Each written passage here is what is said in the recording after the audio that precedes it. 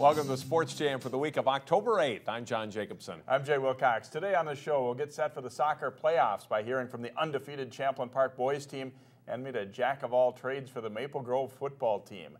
First up, a big week of football games. Wayzata's Trojans won a tough battle over Minnetonka in their Lake Conference opener. They figured to get another good test against one of the best Edina teams in recent seasons.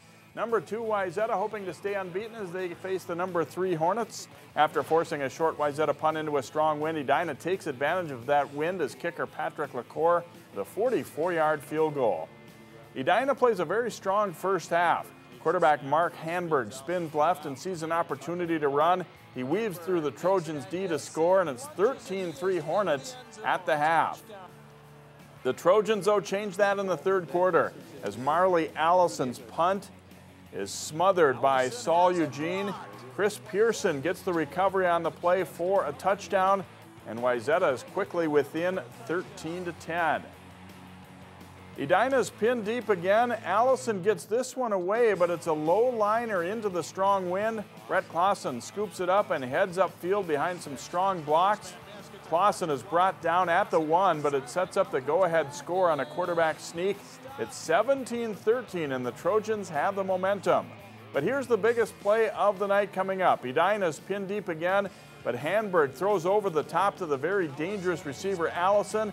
He breaks a tackle at midfield.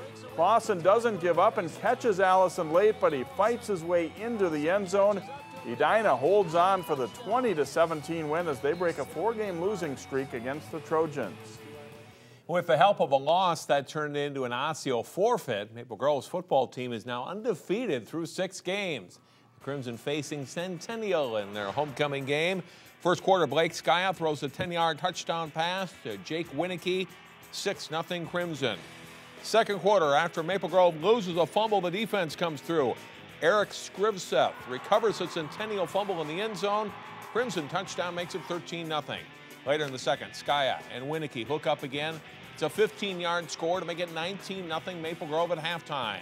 Then in the fourth quarter, Skya to guess who? Winicky again on a 3-yard touchdown pass.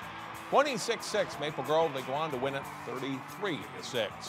Homecoming at Osseo as district rival Park Center pays a visit. Osseo goes up early. Bridge Tussler scores on the short plunge for a 7-0 Orioles lead and a sign of things to come. They go to the air for the next one. Garrison Gillard to Connor Kittleson, 25 yards and a touchdown, 13-0. Still in the first. Gillard throws for Kittleson again when the defense can't break it up. Kittleson has an easy stroll into the end zone. And it's 28-0 Osseo after 1 quarter. Second quarter, and Tussler has good blocks and easily sheds a potential tackler to make it 35-0 Orioles. Gillard throws the quick screen out to Jamin Hampton, and the Pirates defenders can't get through the wall of blockers as Hampton goes in standing, so he's standing Hampton, 48-0 Osseo, the final. Champlin Park scored in the final seconds to beat Centennial in Week 5 of the football season. They needed another big finish on Friday. Also homecoming at Champlin Park as the Rebels host Blaine. It's a good start for Champlin Park. Michael Sales on the counter play gets some good blocks and makes a nice cut. He sprawls into the end zone for a 14-yard score, and it's 7-0. In the second quarter, Sales shows he runs with power too. He takes the handoff and drags a Bengals tackler across the goal line for the touchdown for a 14-0 Rebels lead. And they get a bit lucky on the next one. Quarterback Trevor Garrison tries to reach the ball over the goal line, but it's knocked away, and it comes right to Sales. Just the way they designed it, I'm sure, at 21-0 Champlin Park at the half. But Blaine roars back. Adekunle Allende takes the handoff and battles his way in to pull the Bengals within 21-19 in the fourth quarter. And under a minute to play and a wild finish, Blaine's Alex Copa hits Connor Spurbeck across the middle for the 33-yard scoring play. Blaine takes the lead 27-21 with 50 seconds left. Watch this one though. Garrison bobbles the snap, picks it up, and calmly fires a strike downfield to Bryce Marquardt. A 54-yard TD with 33 seconds left, and the Rebels go up 28-27. Blaine isn't done yet, though. Final seconds, and kicker Zach Wright tries for a winning field goal from 45 yards out. It's just short. Champlin Park wins a thriller 28-27. Garrison talked about that Rebels go-ahead TD. Well, the snap was on the ground and I bobbled it to pick it up. And then I just put my head up and I saw Bryce burn the defender, and then I just threw it as hard as I could and he burned him and got the touchdown. A wild game, to say the least. Yeah, when you think it's over and there's still more time on the clock. You know, you see pro teams be able to move up the field that quickly, but high school teams, that's impressive when they're able to do it like that. A great win for the Rebels. And Wayzata, tough loss for them. They don't lose at home, first time in 3 years. And Edina, this team's for real. It's a very good conference, and they still have Eden Prairie yet to play. Wayzata does. Yeah, it should be a couple great matchups down the stretch of the regular season in the Lake. After a season-opening win over Cooper, the Benilde-St. Margaret's football team has struggled. The Red Knights were 2-3 coming into their Friday night game against Chisago Lakes. First quarter, and Benilde quarterback Keaton Studsrud goes back to pass, and can Sam Lynch be any more open on this play? Lynch takes it 71 yards for a touchdown, and it's 7-0 Red Knights after the opening quarter. Second quarter, and on third down, a play-action pass by Studsrud. He finds another wide-open receiver, Mikey Kohler, with a 32-yard touchdown catch. Benilde is up 13-0 at the half, and things looking solid for them. But the Wildcats come out in the second half. Caleb Palke with a short touchdown run. That ties the game at 13. Down 20-13 in the fourth, the Red Knights tie it back up. Studsrud rolls out and hits David Hegwood with the pass. That makes it 20-20. But Chisago Lakes ends up with the win at the end of the night. 27-20 is the final. In prep volleyball, Wayzata had 3 losses to Lakeville North and just 1 to anyone else coming in their rematch with Hopkins last week. That other loss was a stinging 3-game sweep at the hands of the Royals back in September. This time they met on Wayzata's home court. Off the Wayzata serve, the Royals go on the attack. They set for Emmy Copy in the middle, and she puts it away for a 10-7 lead. But Wayzata bounces back. They go off speed for the hit here. The tip drops in for a point. Wayzata takes game 1, 26-24. Hopkins takes control of the second game. They set up Nora Reed, and she delivers. Royals even things up with a 25-22 win. In the third, it's Wayzata's turn. Rachel Burke gets the block to win this point. They lead 19-16 on the way to a 25-17 victory. The fourth is a good one. Wayzata goes to Natalie Wilson, and she hammers it off the blockers for a kill. Wayzata wins in 4 this night. Hopkins beat them, though, in the final of the St. Michael Albertville tournament on Saturday. In Northwest Suburban Conference volleyball, Osseo at home against Centennial. Nice set to the middle. And Hannah Pekarik with the kill in the first game, tying the score at 8. Later, off another Cougars serve, Megan Pekarik gets the back set to Janae Morton for the kill. The Cougars win the first game, 25-21. Check out the serve in game 2 by Osseo's Shia Sanders, diving in for an ace and a point, and a 13-7 Orioles lead.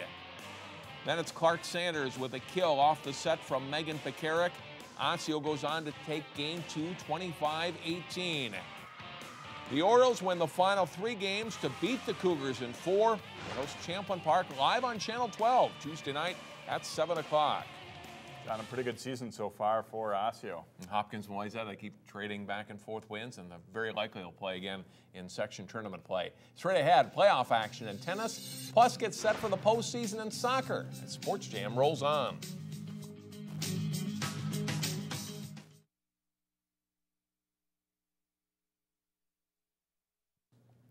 Welcome back to the Jam. Now to girls swimming and diving, where swimmers will begin to taper their workouts as the regular season comes to an end. Some of Minnesota's best teams are in the Lake Conference, and last week Wayzata hosted Eden Prairie in a conference meet. The Trojans quartet of Emma Paulson, Madison Price, Mackenzie Merriam, and Anna Petty win the 200-yard medley relay in a time of 1 minute 49.46 seconds. In the 200-yard individual medley, Ellie Suk of Eden Prairie edges Wayzata's Price for the win. 2 minutes, 9.32 seconds the winning time. Good race in the 50 freestyle. Bottom of your screen is Paulson of Wayzata taking first in 24.75 seconds. The Trojans take the top 3 spots in the 50. On to diving, where Wayzata's Nicole Fontaine racks up 251.8 points for 6 drives. She wins the diving, and again, the Trojans claim the top 3 spots. Back to swimming in Eden Prairie's Bree Thorne is flying in the 100 butterfly. She sets a new pool record, touching home first with a time of 57.44 seconds. Anna Petty wins the 100 freestyle race for Wayzata, clocking in with a time of 54.14 seconds. Wayzata wins the meet 95-91 on the Trojans' final conference meet of the season. The first fall sport to start the postseason is girls tennis. Breck is looking to get back to the state tournament for the first time since they won the Class A title in 1996. Mustangs hosting Brooklyn Center in Section 4 play. At 1 singles, Patty Zhao serving for Breck. Paul Vang, the return for BC, before Zhao cracks the forehand winner. Later, Vang serving. Zhao will stroke another winner, and she wins her match 6-love, 6-love. At 2 singles, good rally between Breck's Sunny Tang on the far court and the Centaurs' Anna Lee. Tang gets the point on a cross-court forehand, and Tang wins in straight sets. 3 singles. Jasmine Yang serving for the Centaurs. Eva McKenzie with a return winner for the Mustangs. And McKenzie gets the service winner, and she wins her match for Breck. 1 doubles. Eileen Bayer serving for Breck. Her partner Katie Schmoker gets the volley winner. Breck wins that match 11-love, and they beat Brooklyn Center 7-0. They're playing Blake for the section title this week. After a strong regular season, the Champlin Park girls tennis team earned the number 3 seed for the Section 5 AA tournament. There, the Rebels met a Northwest Suburban Conference foe in the opening round. The Rebels hosting Osseo in this one. Number 1 singles, Osseo's Allison Rushy serving to Champlin Park's Riley Abesecra. Rushy's backhand will drop deep in the corner for a point on this windy afternoon. Later, Abesecra with a nice serve, and she'll get the point when Rushy's shot goes long. Abesecra wins the match 7-5, 6-love. At number 2 singles, Anna Markgraf serves for Champlin Park to Sid Polich of Osseo. Markgraf wins the point and goes on to win the match in straight sets.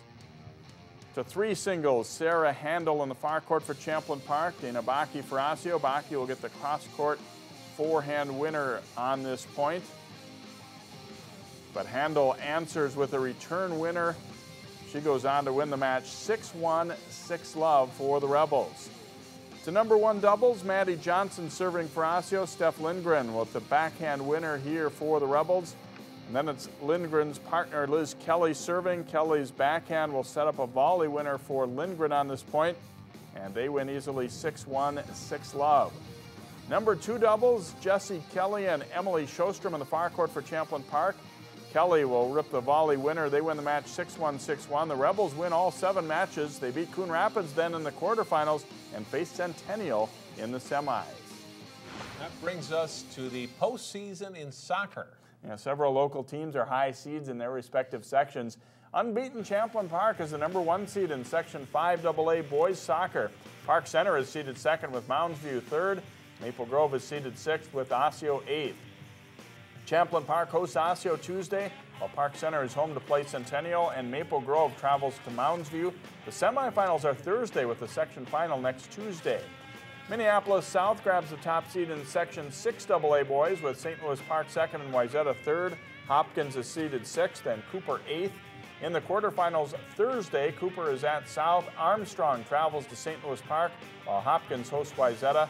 The semifinals are Saturday and the section final the next week. In Section 5A, Prairie Seeds Academy is the top seed with Totino Grace seeded 2nd. Heritage, Brooklyn Center, and Maranatha are also in this section. Games begin Tuesday, and the tournament wraps up October 18th with the final at Maple Grove. Maple Grove's girls won the Northwest Suburban Conference, and the Crimson are the top seed in 5AA. Among the other local schools, Champlin Park is seeded 6th with Osseo 8th. Play starts Tuesday with Osseo at Maple Grove, and Champlin Park goes to Roseville, and then play continues with the semifinals Thursday and the section final next Tuesday. Defending state champion Wayzata grabs the top seed in Section 6 AA ahead of Minnetonka, Hopkins, and Armstrong. Play starts Thursday on the fields of the top 4 seeds. Wayzata, Armstrong, and Hopkins are all at home. Semifinals are this Saturday, and the section final there next Tuesday. And in Section 5A girls soccer, Totino Grace earns the top seed, with Park Center seeded second. Like the 5A boys tournament, there are 4 rounds culminating with the section final a week from Thursday in Maple Grove. Should be some interesting matchups, John, and maybe a few new teams advancing that we've seen from the past couple of years. Yeah, great regular seasons for Maple Grove girls and Champlin Park boys among the AA teams. We'll see if they can carry it on through the playoffs. Of course, you don't bet against the Wayzata girls at this time of year either. Stay with us in our Sports Jam Spotlight. Meet a football player at Maple Grove who does a little bit of everything.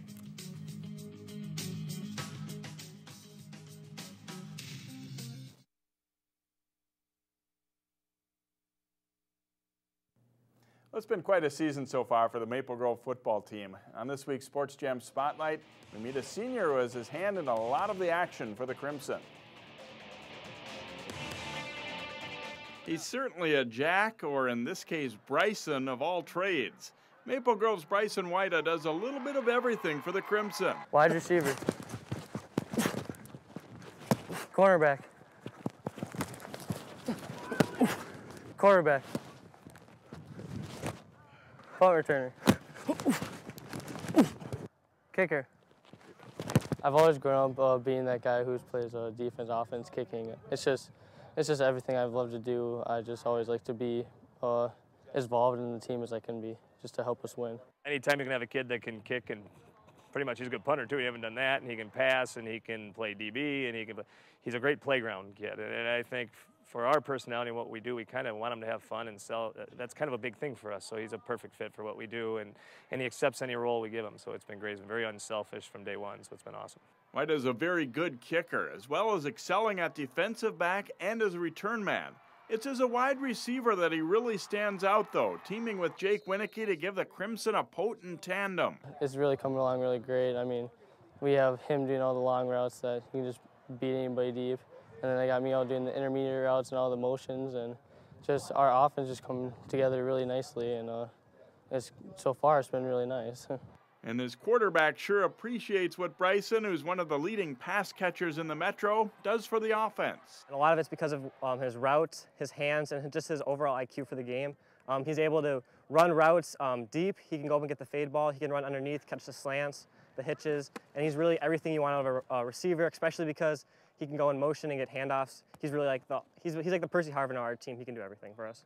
When Wojta joined the varsity as a sophomore, it wasn't an especially good time in the Crimson football program. They made strides last year with new coach Matt Lombardi and have been exceptional this fall. Everyone's just way more prepared, and they love to go into games now because they're more confident. And just overall, the atmosphere just around the school and around our team is just so much more positive than it has been. When you have a player doing as much as Wojta, there are times when he'll need a break. It happened last week against Anoka. We used him a lot on both the run and the pass, and there was one possession I saw him punt returning, and he kind of got battered around, and we went to a double tight look just to give him a few plays off, and that was literally why we did it. And so I think there's times you do that, but he's a pretty tough kid. He's got a little Forrest Gump in him. He can go forever, I think. As good as he's become as a football player, Brycen's pretty good as a basketball player too, starting at point guard since his freshman year. That included a surprising run to the state tournament and a memorable meeting with Osseo in his sophomore season. It was good to play in front of all those fans. It was energizing, and to play our crosstown rivals, that was pretty good experience too. But it's definitely a feeling I want back again, to go back to the Target Center and play in the state tournament. He's not sure which sport he'll choose when it comes time for college. Wojta's football coach thinks he could excel on the gridiron. A kid a couple of years ago I coached it, named Aaron Roth, was a very, very good kind of receiver, very similar to him, and he started in his first year at Duluth, and he's kind of tearing it up there. And Brycen reminds me of him a lot. I think he's one of those kids that no matter where he goes, I have a feeling he'll end up playing. I would be open with either option. There's not really a certain plan right now, but I'm open to either choice if it comes along. And it's intercepted. This one looks like it could go for the touchdown. Wojta takes it, and he is gone. Wojta and Jake Winicky each have 38 catches after Winicky's big 4-touchdown night Friday. The Crimson hope to take another step toward a conference title Friday against Coon Rapids. Sports Jam returns in a moment as John talks playoff soccer with the Champlin Park boys.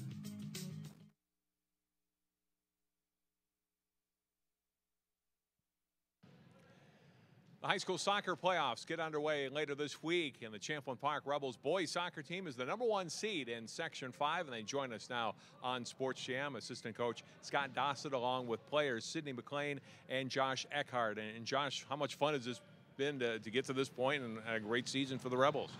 It's been a lot of fun, especially since it's senior year for me. Just we've grown a lot since last year, and this is it's felt good to just play as well as we have. Outside of just talent, how much success is because of all the seniors you have on this year's team?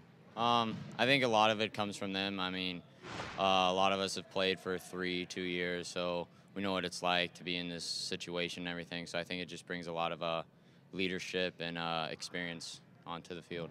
Section playoffs start this week at the #1 seed. How much advantage is that, being the team you've got to beat, and you don't have to leave home to win the section? It helps a lot.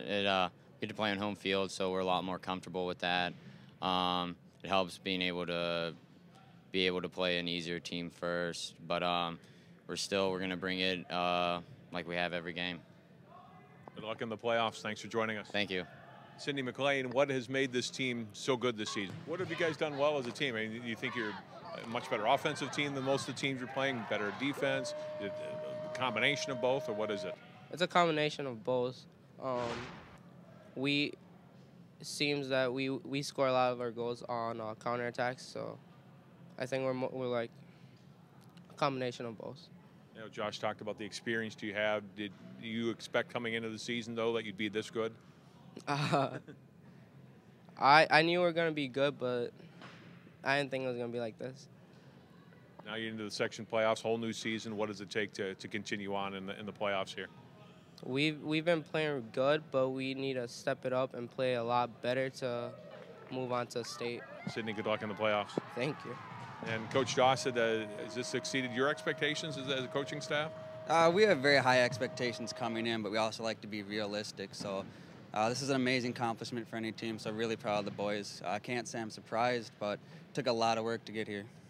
How much improvement did you make from a year ago, and what areas are you much better at, do you think, than you were 2011? Team chemistry is the biggest thing we have here. A lot of these games we've really had to fight to win, and the boys support each other on the field to get the job done. Being the #1 seed, how much advantage do you think that gives you? You get to play on your grass field. You're comfortable with that? The biggest thing we have is the supporters. We do very well when we have a lot of supporters, and we expect a lot of people out here helping us finish what we started this season. You look at the rest of the section, who are teams that potentially could give you trouble? We're in a tough section, so every team can give us trouble. But as long as we play our game, stay focused, and give our all, I think we can make it through. A goal to get to the state tournament, I'm sure. What do you need to do in this next week plus to make that our goal for the Rebels? Absolutely, we're going to be in state. Do what we've done all season, and that's go out there and gut it out and get these wins. Scott, congratulations on what you've accomplished so far. Good luck in the section playoffs. Thank you. All right, the Champlin Park boys soccer team, again, they will open section play on Tuesday at home. As we go to break, here's a look at the section brackets for 5AA.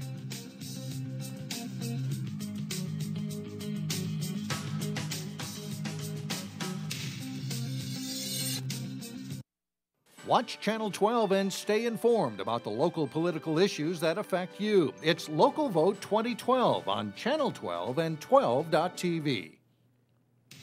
Our game of the week is the Northwest Suburban Conference football matchup between Osseo and Elk River.